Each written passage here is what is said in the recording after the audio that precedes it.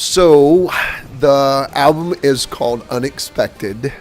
Very excited about this record. We've been working on it for about, I would say, on the writing, probably 2 years before we began the first track. During the middle of the writing of this record, there was a lot of things socially going on around us. You'd flip on the news, you'd watch TV, and there was something happening, all the time that looked like our country and people around it was kind of in turmoil and divided, and I'm just sitting here going, okay, what can I do? What do I do as a Christian? What do I do as a believer to help try to bring people together? And it's very simple. The love of Jesus. Love. Jesus is love. And that's exactly what we went after. Is tried to write a record that even a person that wasn't a Christian would grasp a hold of the lyric and go, yeah, that's the way that I really want to feel. I want this country to be. I want people to be. I want humanity to be. I want this world to be. And so we started really working on that and trying to get stuff together. And plus, also I touched on some very sensitive places in my life as a father and a husband as well. So we kind of sprinkled all that in there together. And I will say that this record, Unexpected, is probably the best, well-rounded, as far as lyrically and musically record that I've ever had the opportunity to do. Gary, I've known him for a little bit. I've known Jay longer than Gary. Jay and I became friends back some time ago, especially working on the Love Is Stronger record. Gary talked about singing on that record, but we just felt like maybe the song wasn't there yet. We did have the right song. When we were working on this project, I remember I showed Jay a song that my dad wrote back some time ago called Chose to Be My Friend. And he said,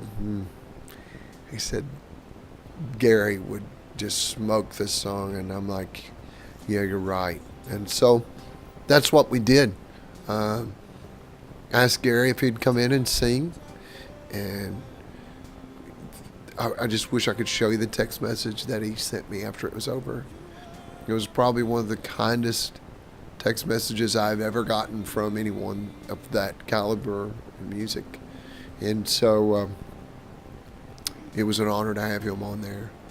He did a fantastic job. And I'm still this kid. I feel like a little kid from Beaver Dam, Kentucky that just got his training wheels off, kind of, wow, this is what it feels like to do real music, huh? And so that's kind of what this is about. Nashville is full of people right now trying to write and produce songs that sound exactly like what is on radio right now. If they can do that, they feel like that I have a shot of getting on radio because sonically it sounds exactly like what it needs to. This record, with the blessing of my record label, said, go make your record. Go do Jason Crabb. Go do what you do. Let's don't put anything in a box. And I've been screaming this for many years. I'd love to just do a record of me, of who I am. Not saying that a lot of it hasn't been before, but not the whole record. This record to me is an example of what I would do without trying to form anything to sound like